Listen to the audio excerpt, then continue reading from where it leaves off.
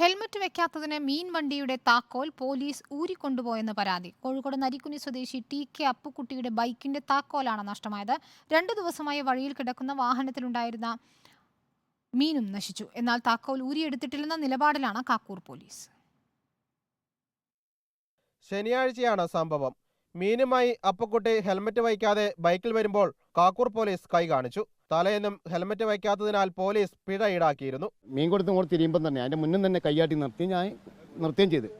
Helmet എന്ന് പറഞ്ഞപ്പോൾ ഞാൻ വീട്ടിലേക്ക് പോകുമ്പോൾ ഹെൽമറ്റ് വെക്കണ്ടല്ലോ ഉള്ളതിലാണെന്ന് പറഞ്ഞ് അങ്ങനെ അവിടെ നിർത്തി താക്കോല് പിടിച്ച് പോലീസുകാരെ കീശലിട്ട് ഓല് പോയി. പിന്നെ ഞാനൊരു 10-20 മിനിറ്റ് ഇവിടെ നിന്ന് കിട്ടുമെന്ന് വെച്ചാണ്. അപ്പം SI ഞാൻ പറഞ്ഞിങ്ങനെ താക്കോല് കിട്ടിയാൽ മീൻ ബുക്കായിരുന്നു ഒന്നും പറഞ്ഞില്ല. ഞാൻ പറഞ്ഞു പിന്നെ കുറേ കഴിഞ്ഞാൽ ഒരു അരമണിക്കൂർ കഴിഞ്ഞാൽ ഞങ്ങൾ കൊണ്ടുവച്ച് വിറ്റ് പൈസ ആയിക്കോളും പറഞ്ഞ് ഞാൻ പോവുകയും ചെയ്തു. അപ്പുക്കുട്ടി ബൈക്കിൽ നിന്ന് ഇറങ്ങിപ്പോയതാണെന്ന് പോലീസ് പറയുന്നു.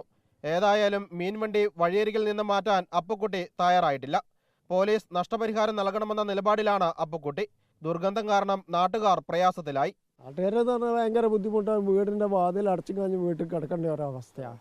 പല സ്ഥലത്തും പരാതി പറഞ്ഞു, പഞ്ചായത്ത് പറഞ്ഞു, ഹെൽത്ത് പറഞ്ഞു, പോലീസിൽ വിളിച്ച് വരുമ്പോൾ ഇനി മേലോട്ടം വിളിക്കേണ്ടി വന്നാൽ വിളിക്കണം എന്നുള്ള കണ്ടീഷനിൽ ഇങ്ങനെ നിൽക്കുകയാണ്. ഹെൽമറ്റ് വയ്ക്കാത്തതിന്റെ പിഴ അടയ്ക്കാൻ തയ്യാറാണെന്നും കാണാതായ താക്കോൽ പോലീസ് കണ്ടെത്തി തരണമെന്നും അപ്പുക്കുട്ടി പറയുന്നു. റിപ്പോർട്ടർ, കോഴിക്കോട്.